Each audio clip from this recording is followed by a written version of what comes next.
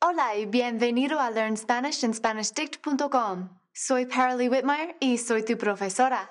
Hoy aprenderás a usar se para la voz pasiva, las frases impersonales y los accidentes, como se besan, se le rompió el vaso y mucho más.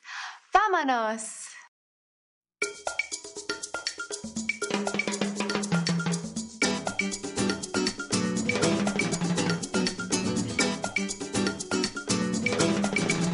Sé que has aprendido unos temas muy difíciles en las últimas lecciones y hoy aprenderás algo divertido y muy útil en la conversación fluida. Sé puede ser una de las palabras más útiles y usadas en español.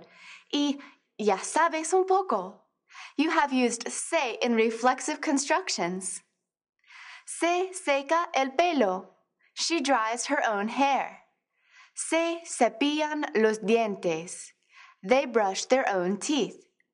In both of these examples, se is a reflexive pronoun, which indicates that the direct or indirect object of the sentence is the same as the subject. The subject both performs and receives the action. Another form of a reflexive verb used when two or more people perform an action on each other is called a reciprocal verb.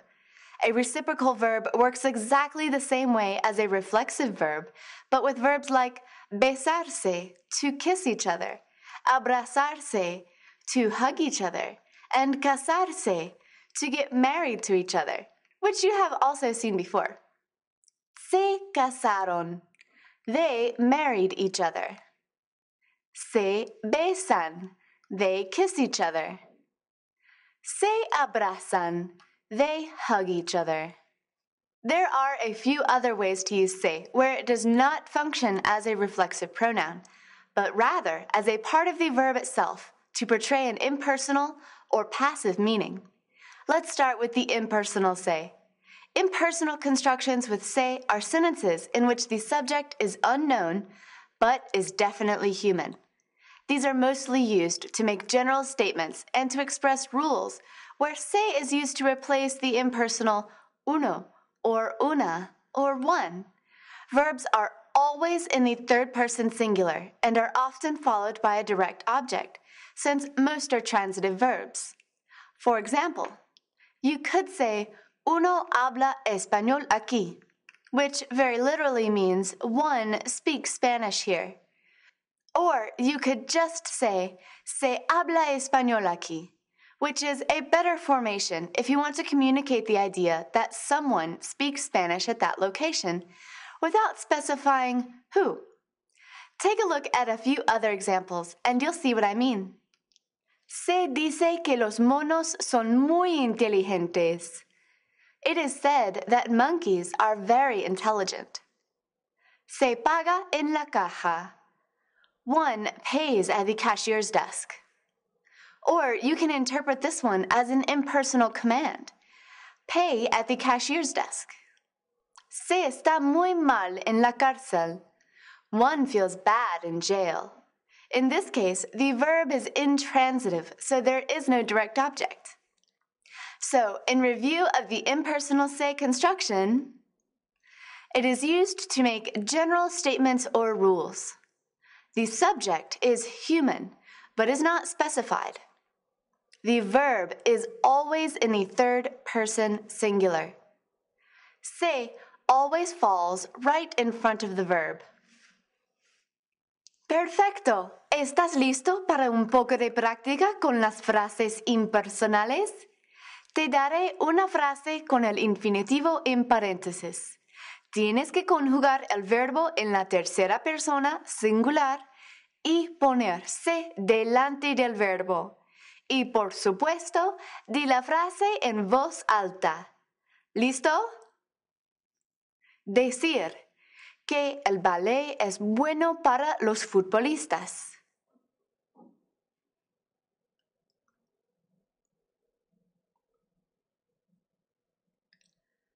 Se dice que el ballet es bueno para los futbolistas. Saber que la contaminación es mala para la tierra.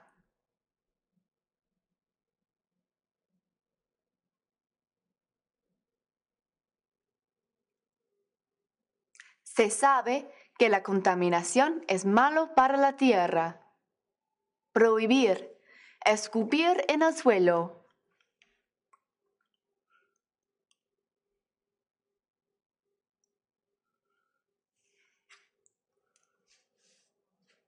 Se prohíbe escupir en el suelo.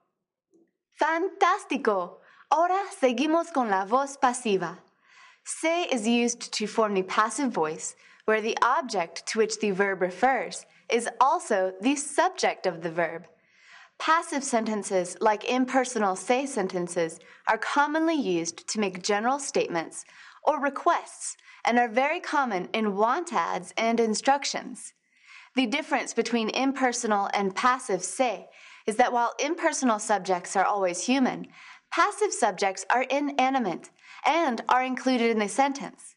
The verb appears in the third person and can be singular or plural depending on the subject.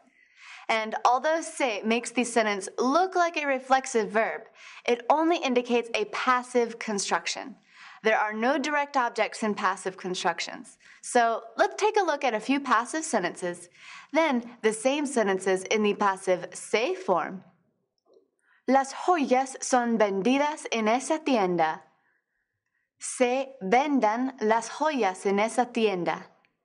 Jewelry is sold in that shop. Both sentences have the exact same translation. You just take the passive construction, ser plus a past participle, and change it to se plus third-person verb and put it in front of the subject. Las bebidas serán servidas en el jardín. Se servirán las bebidas en el jardín. Drinks will be served in the garden. La basura fue tirada en la papelera. Se tiró la basura en la papelera. The trash was thrown in the wastebasket. So, for a quick review of the passive se, it is used to make general statements or requests. The subject is inanimate and is also the object. The verb is always in the third person, singular or plural. Se always falls right in front of the verb. Bueno, ahora te toca. I'll give you a phrase in the regular passive. Just change the ser plus past participle phrase to se plus third person, either singular or plural. Match it to the noun, and then put it in front of the verb. Remember that whatever tense ser is in, the verb following se also has to be in that tense, but in the third person. ¿Listo? Las especias son vendidas los lunes. Spices are sold on Mondays.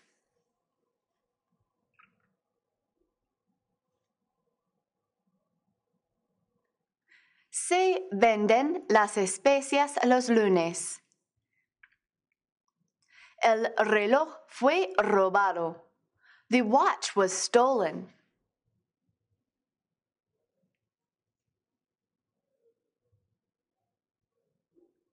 Se robó el reloj. El ladrón será capturado. The thief will be captured.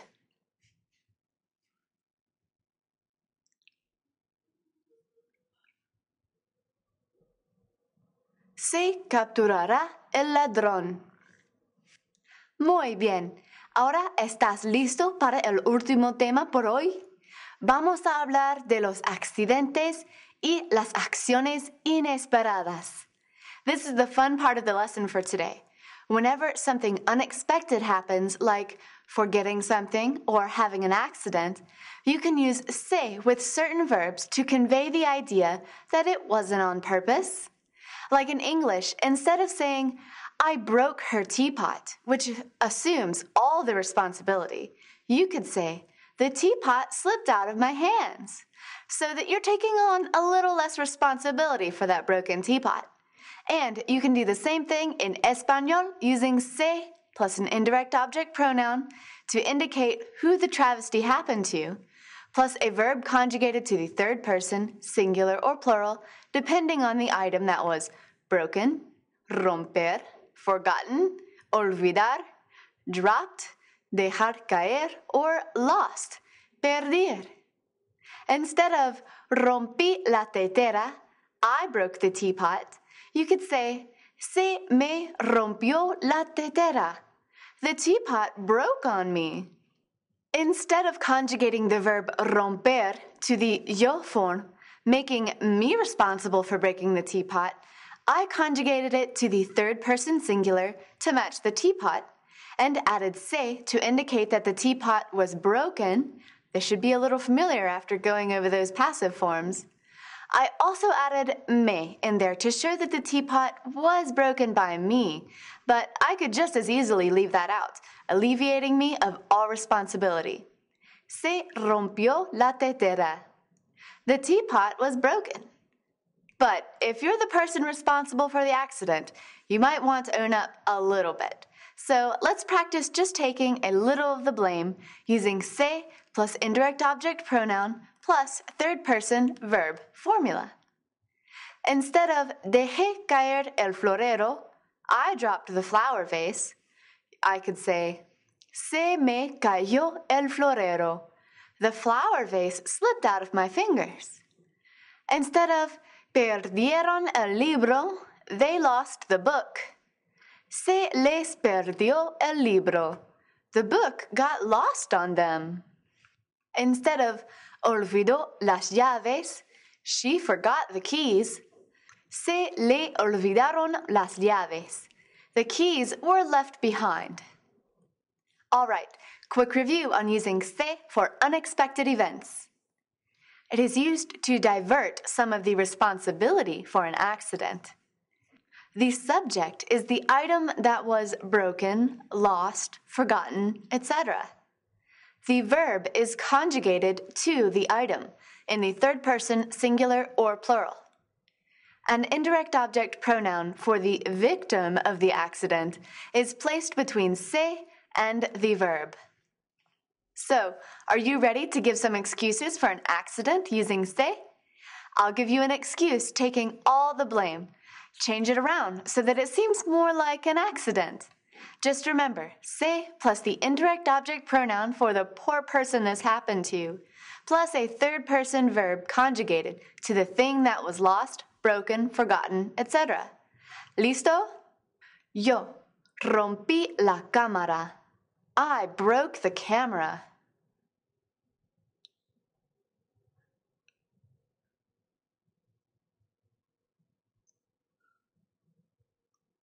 Se me rompió la cámara.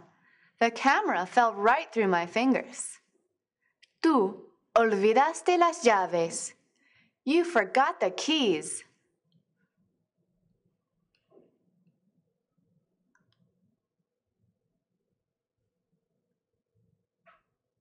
Se te olvidaron las llaves.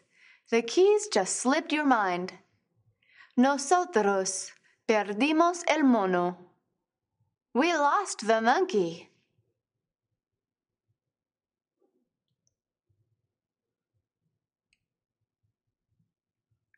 Se nos perdió el mono.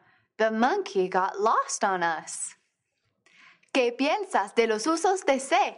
Muy interesante, ¿no? Pues, if you want to learn a little more, make sure you check out the forum because there are lots of very helpful native speakers, teachers, and enthusiasts who always do an excellent job of explaining the hard details.